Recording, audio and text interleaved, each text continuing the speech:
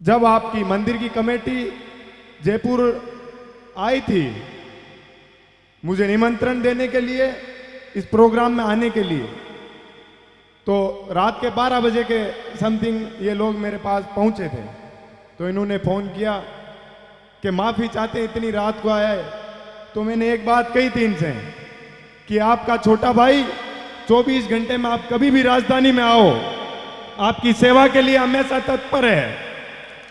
आप तो निमंत्रण देने आए हो और वो भी आराध्य देव श्री तेजाजी महाराज का।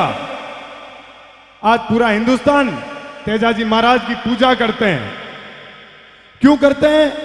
क्योंकि तेजाजी महाराज ने समाज की, गाय माता की और माताओं बहनों की रक्षा के लिए प्राण न्योछावर किए।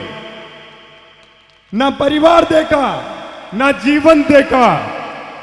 इस त्याग के लिए पूजे जाते हैं। जिस प्रकार से सर्व समाज की तेजाजी महाराज रक्षा करते थे, उसी प्रकार उन्हीं के पद चिन्हों पे तेजाजी महाराज को आराध्य देव मानते हुए उनका नाम और पूजा जाएगा। यदि अपन लोग सर्व समाज की रक्षा करेंगे, इस देश में, इस प्रदेश में उन्नति के लिए कार्य करेंगे, जब सर्व समाज की माताओं बहनों की रक्षा करेंगे, तो विश्व अटल माना जाएगा भारत देश। भारत देश के साथ साथ विदेश में भी तेजाजी को पूजा जाएगा। वो तब पूजा जाएगा जब प्रत्येक व्यक्ति तेजाजी महाराज को आदर्श मानते हुए, उनके पद चिन्हों पर चलते हुए एक समाज के अंदर नई मिसाल पेश करेंगे। और बात बुलाने की, रहने की, मैं तो आप लोगों के आशीर्वाद से, तेजाजी के आशीर्वाद से छात्र संघ अध्यक्ष बना हूं।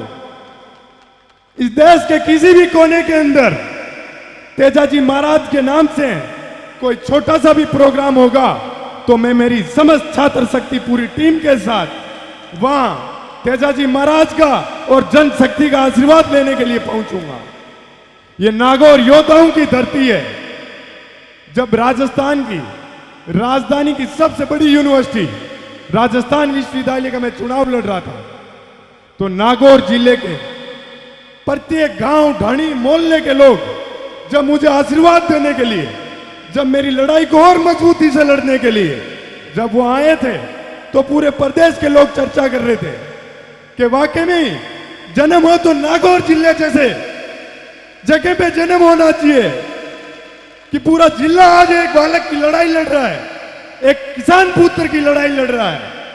तो गर्व होता है इस नागौर की, इस वीरू की धरती पे जन्म हुआ मेरा, और आप लोग इतना प्यार, प्रेम और आशीर्वाद देते हो, क्योंकि आज आपके जिले का, आपका बेटा, आपका भाई राजस्थान की सबसे बड़ी यूनिवर्सिटी का छात्र संघ अध्यक्ष बनके आज आप लोगों के बीच में आया हूं। मुझे गर्व होता है।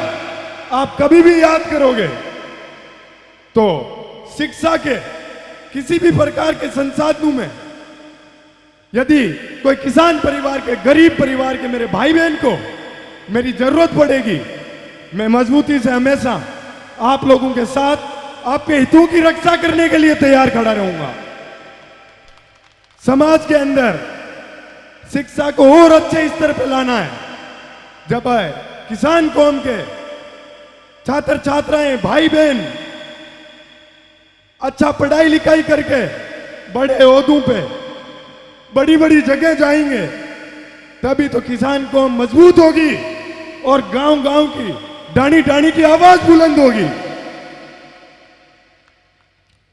प्रदेश और देश के अंदर आज सबसे ज्यादा किसान कौम के लोग ही हैं। जो सबसे ज्यादा ताकतवर है, देश की सीमा पे रक्षा करने के लिए कौन जाता है? किसान कौम के बेटे जाते हैं। देश के मजबूत सिपाही कौन है? किसान है। इस तपती हुई धूप के अंदर, इस धरती पे जीवनदाता के रूप में किसान खेत में और जवान देश की रक्षा करते हैं, तो वाकई में आने वाले समय में इन गांव ठाणियों को जो लोग पिछड़ा हुआ मानते थे, मैं छोटे से गांव से आता हूं, जो सबसे बड़ी प्रदेश की यूनिवर्सिटी का छात्र संघ अध्यक्ष बन के आया हूं, तो कोई भी मेरा भाई बहन जीवन में ये नहीं सोचे कि अपन आम परिवार से आते हैं, अपन क्या बड़ा कार्य करेंगे, बड़े बड़े परिवारों के उद्योगपतियों के बेटे बड़ा नाम करेंगे और बड़े काम करेंगे। नहीं, छोटे छोटे गांव से, इन झोपड़ियों से निकले हुए लोग इस देश के लिए अच्छा कार्य करेंगे, इस देश को उन्नति की ओर लेके जाएंगे, इस प्रदेश का भविष्य संवारेंगे। लेकिन उसके लिए सबसे पहले अपने को जोर देना है शिक्षा पर। आज अपने गांव के अंदर सरकार इतनी स्कूलें, सरकारी स्कूलें खोल रही है, लेकिन पढ़ने के लिए अपन प्राइवेट स्कूलों की ओर जाते हैं। क्यों जाते हैं? जब सरकारी शिक्षक अच्छी पढ़ाई लिखाई करके टॉप लोग जो होते हैं वो सरकारी शिक्षक बनते हैं, तो अपन लोगों को इस दिशा की ओर जोर देने की जरूरत है कि जो भी अपने गणमान्य सरपंच है, प्रधान है, एमएलए हैं, जिला प्रमुख हैं, मंत्री हैं, मुख्यमंत्री हैं, उन लोगों से सवाल करना चाहिए कि हमारी शिक्षा की क्या स्थिति है। प्रदेश के बड़े विश्वविद्यालय हैं, उनमें स्टूडेंट पढ़ने के लिए जाते हैं, उनके लिए आपके गणमान्य नेतागणों को उन लोगों की शिक्षा का स्तर मजबूत करने के लिए कार्य करना चाहिए, विधानसभा में मजबूती से आवाज उठानी चाहिए। आपका भाई अध्यक्ष है, आप लोग राजधानी की उस यूनिवर्सिटी में आइए, किसी भी प्रकार की आपको समस्या आती है तो मुझे याद कीजिए। आप लोगों के लिए हमेशा कभी भी याद करोगे तो धरातल पे खड़ा मिलूंगा, धरातल पे कार्य करूंगा। आप लोग भी जब आपके बीच में आते हैं तो आप लोग पूछ सकते हो, मैं छात्र संघ अध्यक्ष हूं तो राजस्थान विश्वविद्यालय के अंदर छात्र शक्ति के लिए क्या कार्य कर रहा हूं। आपके नेता हैं, हम लोग आपके सेवक हैं, आप लोगों ने चुना है, आप लोगों को सवाल करने का अधिकार है, बुलाने का अधिकार है, पूछने का अधिकार है, क्योंकि आप लोग चुनते हो। इस देश का भगवान ये जनता ही है, किसान कौम इस देश का भगवान है जो लोकतंत्र का निर्माण करती है। तो आप लोगों को अपने अधिकारों के बारे में पता होना चाहिए। जब प्रत्येक व्यक्ति शिक्षित होगा तो उन लोगों को अपने अधिकारों के बारे में पता होगा कि आपके साथ कोई अन्याय तो नहीं कर रहा है। अन्याय कोई एक व्यक्ति के साथ करता है तो मैं मानता हूं कि उसके साथ पूरी गांव, पूरी ढाणी, उसके प्रत्येक भाई बहन को उसके साथ मजबूती से खड़ा होना चाहिए। जब मेरे साथ अन्याय हुआ तो मेरा पूरे जिले के लोग मेरे लिए वहां पूरी जी जान से मजबूती से खड़े रहे थे।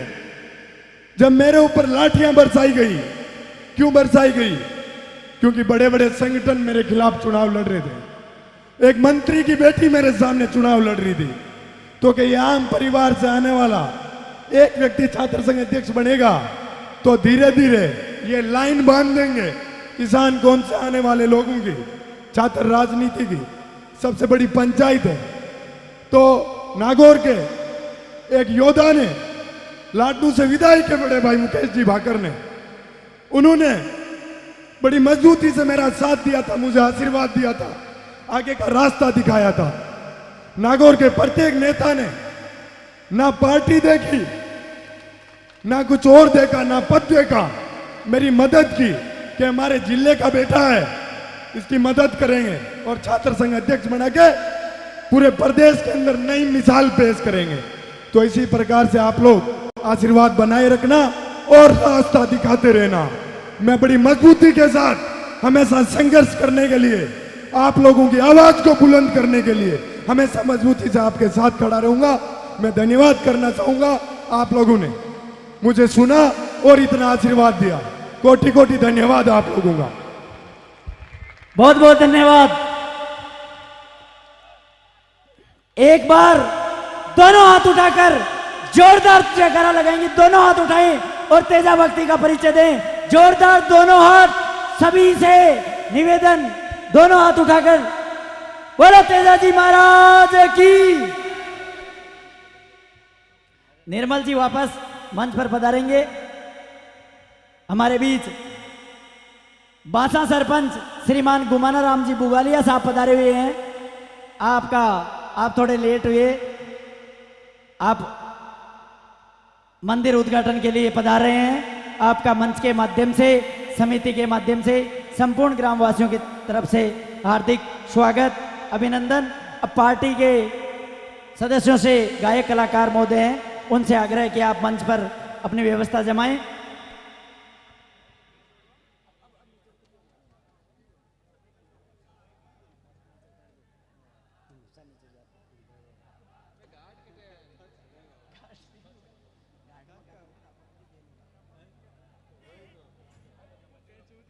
सभी ग्रामवासियों से मेरा हाथ जोड़कर निवेदन है कि अब अपना अपना स्थान ग्रहण करें और मंच को खाली करें, ताकि जो गायक कलाकार टीम हमारे बीच पधारी हुई है शानदार भव्य अलौकिक भजन संध्या के लिए, वो बेसब्री से, बेताबी से, काफी समय से बहुत इंतजार कर रही। मेहमानगणों से मेरा आग्रह है कि आप मंच पर बैठे रहें।